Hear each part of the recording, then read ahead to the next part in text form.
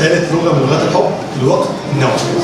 الوقت النوعي ده ان انا اقعد ابني وقت كامل، اقعد اسيب موبايل، اسيب الطبيخ، اسيب اي حاجه واقعد.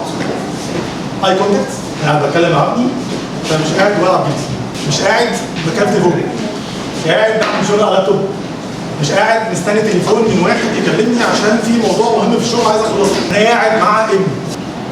وقت نوعي ده كواليتي تايم، مش وقت، كواليتي تايم. زي ما انت كده بتحب تنام، او الامهات بالذات بتحب تنام العيال بالليل عشان تقعد تشرب كوبايه الشاي بلبن ولا مش عارف ايا كان بقى المشروب اللي بيشربوه وحته الشوكولاته، ده كواليتي تايم، اتس مي تايم، ده مطلوب. نفس الكلام ده مع الوقت، نفس الكلام ده مطلوب تعمله مع عيالك. ده اللغه الحب الاساسيه بتاعته، وده بيكون من اصعب الانواع.